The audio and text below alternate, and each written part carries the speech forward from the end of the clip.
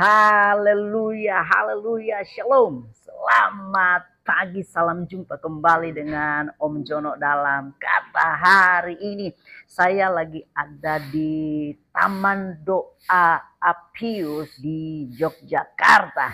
Saya dalam rangka mengikuti konferensi global internasional dan saya percaya konferensi ini akan menjadi berkat bagi banyak orang karena di dalam konferensi ini yang dibahas adalah misi di dalam penginjilan. Nah, ini mengingatkan saya bahwa penginjilan kita harus melalui kuasa Tuhan karena Alkitab bicara buat kita di dalam Kisah Para Rasul pasalnya yang pertama ayat yang ke-8, kalau Roh Kudus turun ke atas kamu, kamu akan menerima kuasa dan kamu akan menjadi saksi Kristus. Nah, saudaraku yang kekasih di dalam Tuhan, pada saat ini saya mau bahas tentang menginjil tanpa kekuatan Tuhan adalah sia-sia. Karena penginjilan tanpa Roh Kudus, tanpa kuasa hanya akan menjadi rutinitas belaka. Nah, saya mulai melihat banyak hamba-hamba Tuhan ketika melangkah dalam menginjil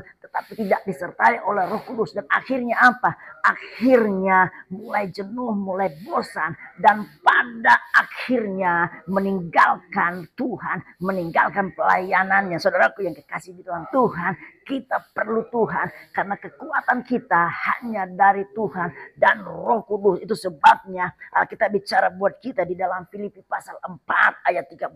Saya bukakan buat saudara, saya bacakan buat saudara.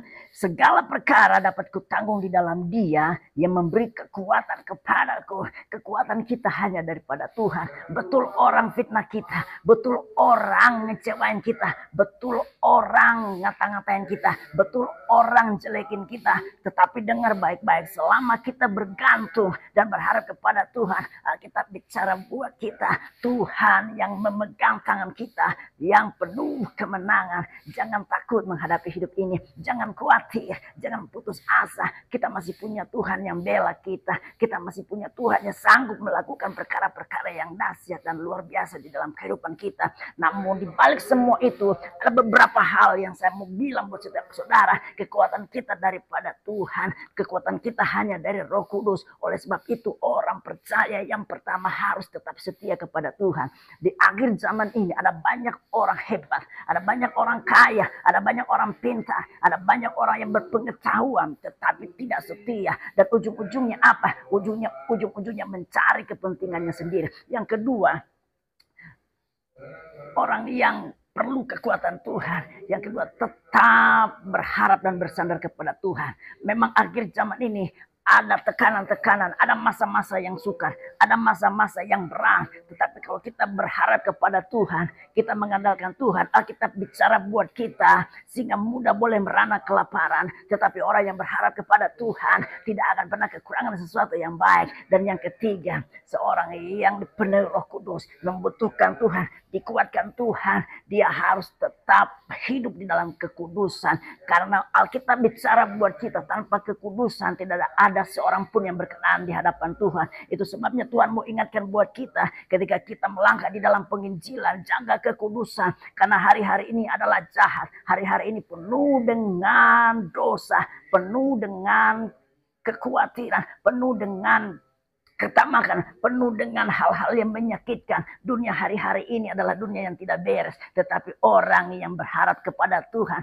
tidak akan pernah kekurangan sesuatu yang baik. Haleluya, saudaraku yang kekasih di dalam Tuhan. Saya dari Taman Doa Apius Yogyakarta, Klaten ini mengucapkan selamat untuk tetap kita menginjil. Tetapi menginjil harus dengan kekuatan Roh Kudus. Orang mau bilang apa tentang Yesus saya, orang mau bilang apa tentang Yesus Kristus, tetapi bagi saya, bagi kita yang percaya, Yesus Kristus adalah satu-satunya Allah. Dia adalah juru selamat yang sanggup melakukan perkara-perkara yang besar dan dahsyat di dalam kehidupan kita. Haleluya. Tuhan memberkati kita sekalian. Sampai jumpa pada program berikutnya. Tuhan memberkati. Yeah.